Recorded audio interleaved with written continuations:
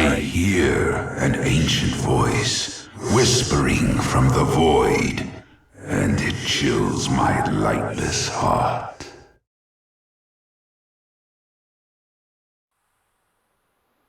G'day ladies and gentlemen, this is Duckville here. We're going to have a very long game here today on Blistering Sands, one of the interesting maps for particular matchups, especially this one. We've got a Protoss versus Terran here, and as you can see in the chat, we've got some very high profile players here. We actually have LiquidJinro, one of the few foreigners to actually be doing quite well in the GSL. Obviously his resume is still building at the moment, but he did quite well in the GSL number 3, Season 3. He made it through to the round of 4 and unfortunately got knocked out by oGsEnsnare.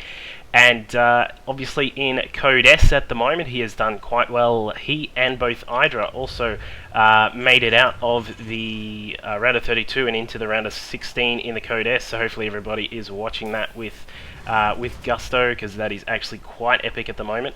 And his opponent here today is none other than the Emperor himself. That's right, this is actually Slayer's Boxer. These two met on the Korean ladder. This was a little while ago, as you may be able to tell by the timing that I've actually uploaded this. This is actually just after patch 1.2, so things such as, I just realized I call it a Protoss versus Terran. God, I'm an idiot. This is actually obviously a Terran versus Terran. Still can be an interesting map for that, but either way, you guys are all cool with that. So we've got a Terran versus Terran here. Obviously Slayer's Boxer, a fantastic player in his own right, of course, one of the legends of StarCraft. If you think StarCraft, one of your first thoughts should have been about Slayer's Boxer, as long as you've been around in the game that long. So we will see some interesting plays, I think, because we have obviously on one end of the ring we have Jinro with a fantastic, I don't want to say turtle style, because it's not as if he sits in his base all game and does nothing at all, but he is a great macro player with a great defensive mindset. We actually saw in the GSL just the other night, we saw some fantastic games, especially the one between he and Hydra, where they faced off on Jungle Basin, and we actually had really, really great defense from Jinro. Actually, he looked to be quite behind in the position he was in, but he did a fantastic job there. So we will hopefully see some interesting things like that here today.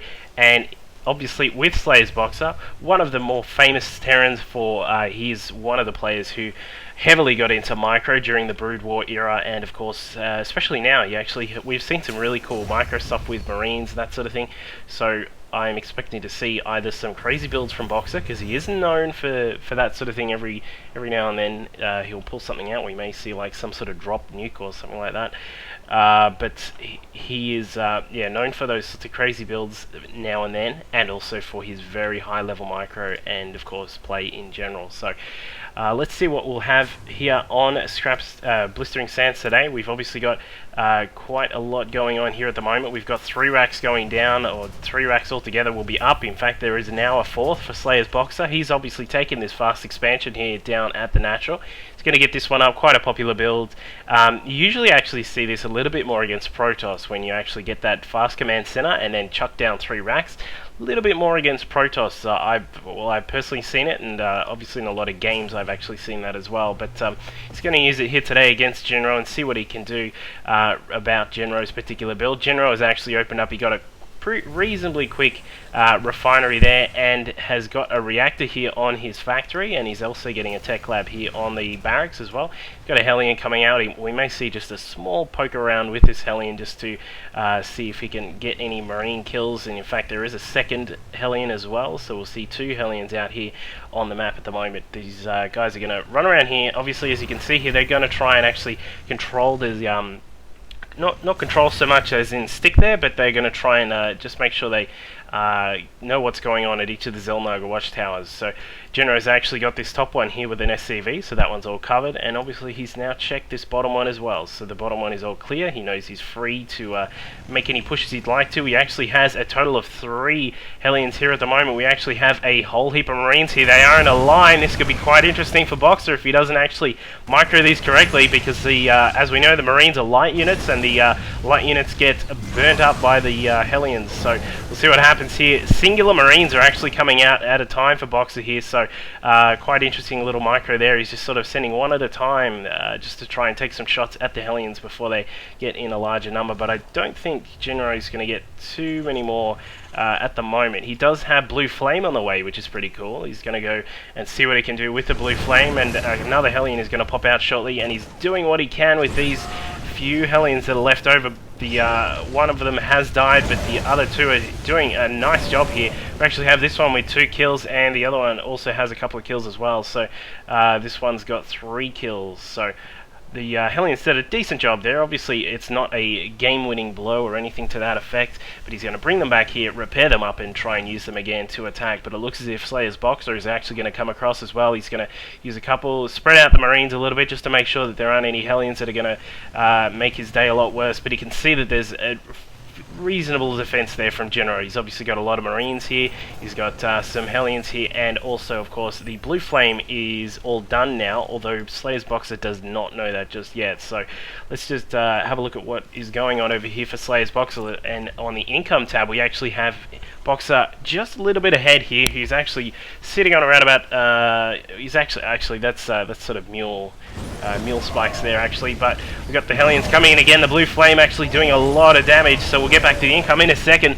Blue Flame doing heaps of damage there, actually picking off a lot of these Marines. We have a whole heap of them dead. We've got 5 kills on this one and a couple of kills on each of the other Hellions. These Marines are going to come in and try and defend us to push in as well, and it looks as if Boxer might be able to defend this one off just because he's got obviously the defender's advantage of having his reinforcement right here.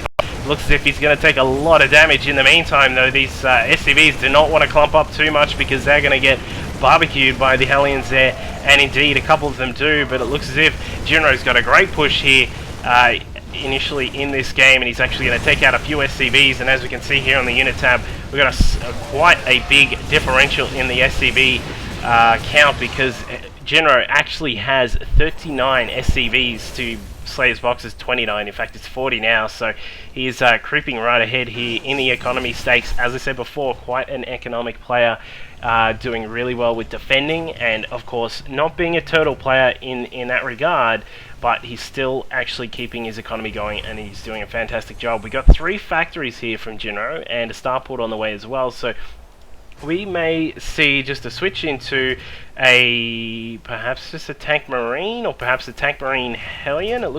I think this may be a tank Marine Hellion, because he's obviously got a few Hellions out here already with the Blue Flame, and it looks as if he's going to keep pumping them out, because there's still a couple more here that are going to join up with their brothers in Hellion arms there, and it looks as if he's maybe going to go for something heavy there. He obviously saw that the Marauders were out, so that is a general sign that Boxer is not going to be doing anything heavy with tanks or anything like that, because the gas is going to go a little bit more into tanks, and of course you'll need the gas for some of the other units as well, such as the medevac. So the medevac here with the 100 gas per medevac. So he just we actually just got a scan there from Jinro as well, so he's going to actually know that there are those 5 racks there, plus there's an additional one somewhere else, I think. Anyway, and the upgrades are on the way for the infantry as well. So Boxer's going to be going for a little bit more of a bio build here at the moment. We've got a floating factory, just checking out what's happening here. Just cruising around, cruising for chicks. And the forces of Jinro are starting to pile up a bit. He's obviously got a lot of Marines, and these Hellions are starting to pile up there as well. We got a total of 9 Hellions, of course, and he is going to have a few more popping out shortly, I believe. No, he's actually got nothing on the way. Just the tanks coming for the moment, and I think we've got a Banshee on the way as well. So we've got a Banshee coming shortly, and I think that will be used just to see if he can actually do any economic damage while he's actually trying to attack or defend at the front here. These Hellions are going to do a lot of damage to this Bioforce once they do get up there, but the siege tanks of Jinro do come across, and they have sieged up, and this Hellion's going to come across and try and do what he can, but he gets caught out by the Marauders. Somehow that Hellion actually survived. I'm not really sure how, but we've got an interesting position here for Boxer, actually, because Boxer cannot really attack into this this defensive position that Jinro has at the moment. So it looks as if he might, I think I know what we're going to see here, we might see a backdoor drop perhaps from Boxer. No, he's just going to stick with it for the moment. He's got a few more reinforcements coming down from his main base, and it looks as if Jinro is going to pull back and actually get a nicer position on his defensive line here. So we've got a few tanks lined up quite nicely, and then of course these extra tanks here at the front, which are going to take the initial shots there. Factory floating in to the natural of Jinro, and you can see that there is another command center here for Jinro, which is probably going to switch into a planetary fortress. No, it's actually going to be an orbital command, I expect. There is the medevac drop. We're going to have this coming through here. We got 4 medevacs here, going to drop out a lot of units. They're going to come in the back and cause a lot of damage here for Jinro, but Jinro's spotted it. Some tanks load up here, and the tanks are going to unload on these units that are left over, and it looks even this SCV is actually going to have a go as well. But we've got the medevacs now moving up here. Of course, they're going to fly around and try and cause whatever damage they can. They need to be really careful because the Marines are floating all around here, and it looks as if they're going to stay off to the side away from any possible Marine attack, and it looks as if Jinro is going to be easily prepared for this. There's no way he's obviously going to be surprised by this attack at all. Let's just see if Boxer can escape with these medevacs, but there is a turret here. The turret's going to provide it some damage, and one of the medevacs actually goes down, and it looks as if Boxer's going to have to do something quite quickly with these medevacs to get them out of trouble, but I'm not really sure if he can actually make it because there's going to be a lot of defenses here for Jinro. Actually, we even have a Viking coming out for Jinro, so he's going to take a shot at those medevacs, and they are probably going to go down, or at least drop out their units, at least to cause some damage. So Jinro moving across there, defending this this mediocre drop from Boxer, cleaning that up, and that is all done and dusted. So Jinro moves into a good position here. The rocks at the gold have been destroyed, so perhaps Jinro might be moving across to take that gold in a second. Boxer's gold has been opened up as well, so we'll see what he does with that. And it looks as if Boxer is sticking with this Bioball force, the MMM as it is also called, with a couple of Vikings to support. Not really sure what the point of the Vikings is at the moment. There's only this one Banshee out here. The Banshee does come in and cloak, and Boxer does have, he surely does have enough to scan here, I believe. No, he actually doesn't. Interesting. He's just about to get enough to scan, but in the meantime, this Banshee's going to cause him a lot of trouble. He's going to be able to spot for these siege tanks which are across to the side. There's the scan. It finally does go down, and Jinro loses that Banshee, but it's obviously not too much of a consequence for him because he's not really phased about one Banshee going down. What he is phased about is making sure that this gold does stay online and operational, and in fact to do that he's going to get a planetary fortress of doom here. So the planetary fortress of doom is going to go up, and he's going to protect that. You'd expect perhaps a turret or two, perhaps a turret here or a turret in the line, perhaps to defend against any possible Banshees will go up just in case, but it looks as if Jinro is going to actually use his line here and actually just re-siege this line. Of course, I would really like to see him perhaps just move a few of these tanks around just to make sure that he's got a nice spread on his line, but of course I'm no Jinro, so we'll see how he goes with that. Of course, Jinro being now in the round of 16 of Code S, and I am just a measly diamond player, so we'll see what he does. Perhaps he has something in mind, or perhaps he's just really worried about this particular path here.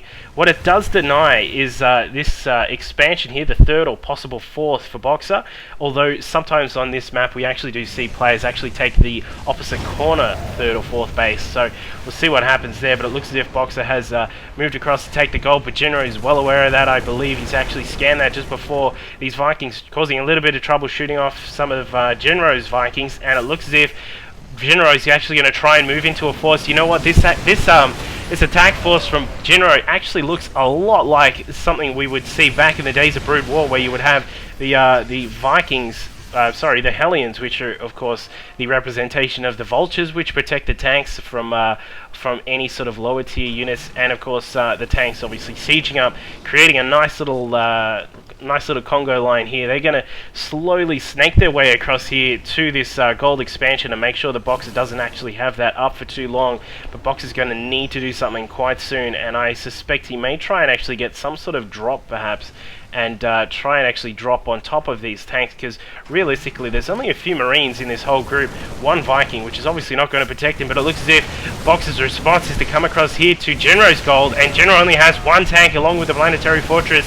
Planetary fortress is no doubt going to go down from that one. There is way too many units. That's the amount of units you have to actually defend to kill a planetary fortress, guys. Make sure you write that down. That's like, you know, 10 Marauders and about 15 Marines as well, and that's how you actually kill one. Because as you can see here, 3 tanks on their siege tank mode is not enough to actually take down the planetary fortress. The SCVs, that's even just 5 SCVs, that's not a huge amount.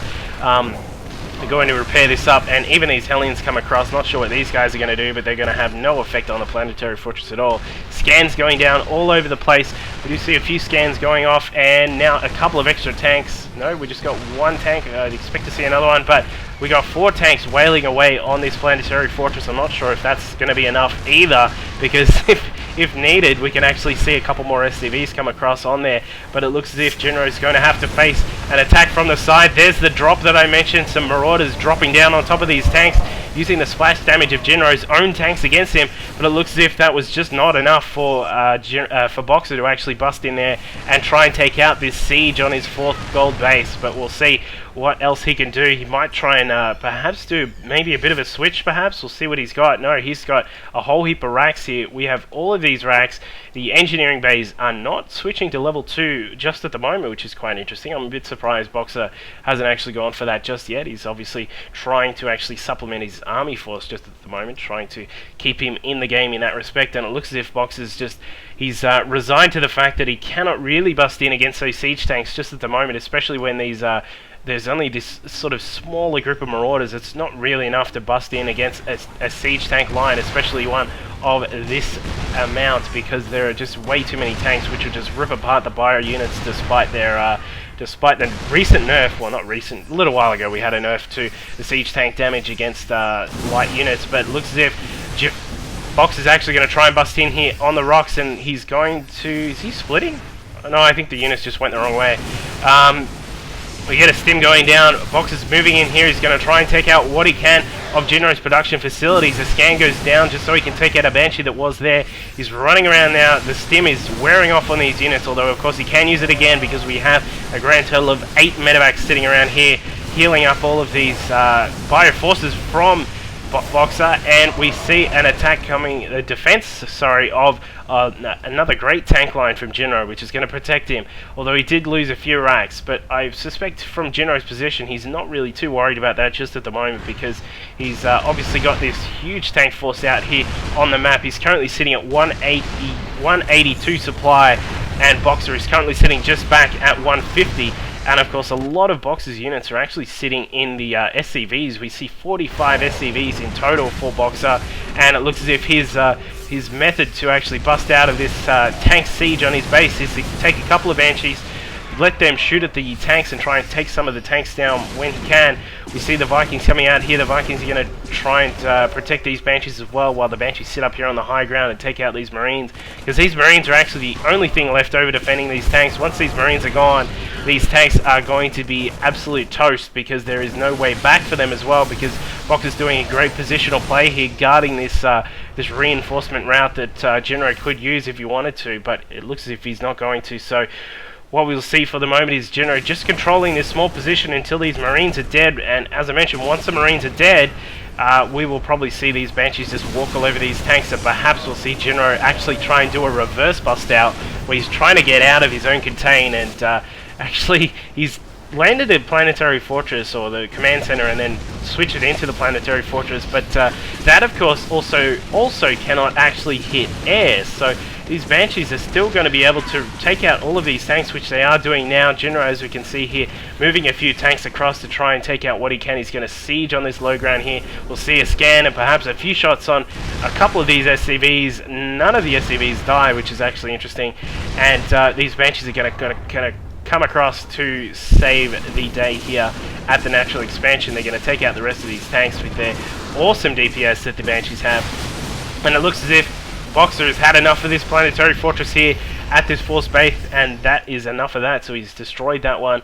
He's going to need to, Jinro is also in quite an interesting spot in terms of economy. If we have a quick look at the economy tab, Boxer is currently sitting at 88 mineral income, which is pretty much nothing. He has just started up this gold expansion again though, but that is actually the, perhaps the one of the key moves here that Boxer is has kept up his sleeve, is that he has actually got this gold up and running, and he's going to be able to use it effectively for the time being. Whilst Jinro is coming down quite low on his income, he's only really got this natural expansion, which is still mining, and in that regard he's only got a few a few hundred minerals left over there, so we'll probably see Jinro try and actually take this expansion over here, but I really doubt this is going to happen because Boxer is going to fight tooth and nail for this expansion to make sure that Jinro cannot get his economy back up and running. Actually kind of surprises me that Jinro is actually going for this one again. He can come down perhaps and actually use his massive amount of siege tanks to try and create a siege line along the ridge here to take the gold, but it looks as if he's not going to. He's going to use the tanks along this line instead, and if the orbital command does go down, we'll probably see some SCVs transfer across. Has he even got any SCVs? He's got 38 SCVs floating around. There's a few here. There are a few... there they are. I was wondering where that transfer was. They were actually in the group of tanks, so that's why I couldn't actually see them, but it looks as if Jinro is going to try and make sure that he's covering the middle path through the map with these tanks, because as we can see they've sort of moved across and they are guarding this this middle path as well, just to make sure that Boxer doesn't try and do anything funky through the middle there. But it looks as if these players are going to be on even footing for the moment. They're sort of currently sitting on around about the same income, although Boxer is about to absolutely storm ahead. He's going to have this this second base here mining up at that fourth base, and it looks as if we have quite a lot of Vikings here. We've got a miniature Viking flower here from Slayer's Boxer, and he's going to use these Banshees again to actually take out a lot of these tanks, because there really isn't too much air defense here for Jinro. He's going to chuck down a turret, see if he can get that turret up and running, but I'm not really sure if that's going to help just for the moment. But Jinro's going to need to position his tanks quite nicely, which, as we saw in GSL, he's quite very a good player at doing. My bad English good, yes please.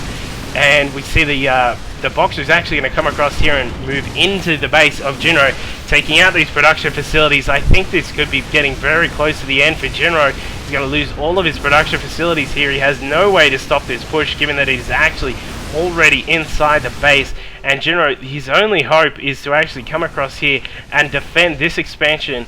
In fact, there's not even any point defending that one, because there's nothing actually there. You'd want to lift the command center from the natural expansion and get it down to the gold if you can, but it looks as if you might not be able to do that. But we do see a couple of Banshees providing some harass here on the forces of Slayer's Boxer, and these guys are actually just going to move in here and clean up the rest of the supply depot. Quite an interesting position in this game for Jinro. He's actually way behind in his actual supply amount. He's actually 135 over 86, as we can see up here in the corner, and he's actually forcing Boxer out of his base into a trap. Where is Admiral Akbar? That was a beautiful setup there by Jinro. Some siege tanks along the line here, although they do get cleaned up by the Marauders, and looks like those Marauders will live to fight another day, and in fact they might fight today after lunch, because these guys have moved across here to this expansion. Some reinforcements come from the Jinro Boxer's base, and it looks as if he's going to force the command center to lift, and I think that is really deep trouble for Jinro here. He's going to need to get this command center out and get this down to the gold, but there is really no way he can safely do that, because this Marine Marauder ball is quite mobile, and all Jinro has left over are these few tanks, and of course these Marines and the SCVs that are idly running around, along with a couple of Banshees as well.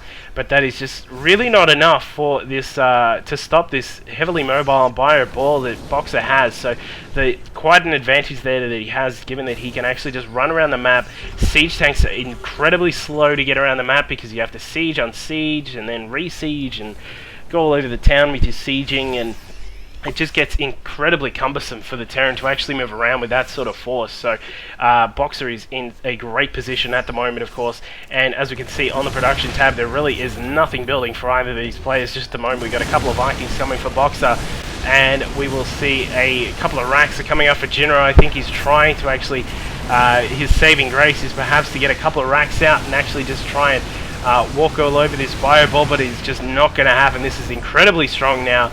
One facet of this particular build that Boxer has done is, as I said, it's incredibly mobile, and especially if you can actually keep these medevacs alive, they can heal up your bioforce for as long as they stay alive, and that incredibly increases the effectiveness of the bio units. So Jinro in a terrible position just at the moment. As you can see, he's actually building nothing at all, so he's going to be in big trouble. And there it is, the supply mass. As we can see, we're going to see a great wall of supply depots, I think, in a very short time. because he really needs to catch up in supply. As we can see on the army tab, we actually have Boxer at 133 and Jinro currently sitting at a measly 70, so he's going to lose another supply depot. Boxers just clean up every single supply depot on the map. There are actually no other supply depots other than this one, so Jinro's in the worst position you can be, and I'm kind of getting a little bit surprised he hasn't GG'd already, but I think it may be coming soon because he's going to try a final push perhaps with this one Thor here. I think that's the only Thor we've seen this entire game, because they aren't really that common in TvT, of course, but we see the tanks go up there, and the cloak benches are coming across here. They're going to take shots at the tank there, at the Thor, sorry, and then they're going to clean up the tanks, and these Marauders are going to come across, and there's the GG from Jinro. A fantastic game from both of these players. Jinro obviously using his incredible macro at the start there, providing a great challenge there for Boxer, but Boxer just comes in with some... it's not really a superior build in that regard, it's just that he actually played with the Marine Marauder ball and ran it around the map quite brilliantly, just keeping Jinro on his toes, keeping this this Siege Tank Marine sort of build very, very slow, and trying to keep them mobile, because of course, as we said before, the Siege Tanks are incredibly slow to get around the map. So hopefully you guys enjoyed that one. As I mentioned in a couple of other videos, I know there are some graphical errors at the moment, but I believe I know what the problem is, and I'm going to try and fix that this weekend. So if you have any comments, or if you'd like to leave any nice little comments there, or even any bad comments, if you have something to say, make sure you say it. I'd rather you tell me, and then I can improve things, rather than you don't tell me. So make sure you subscribe, leave some comments, all of that jazz. Thank you very much, guys. Cheers.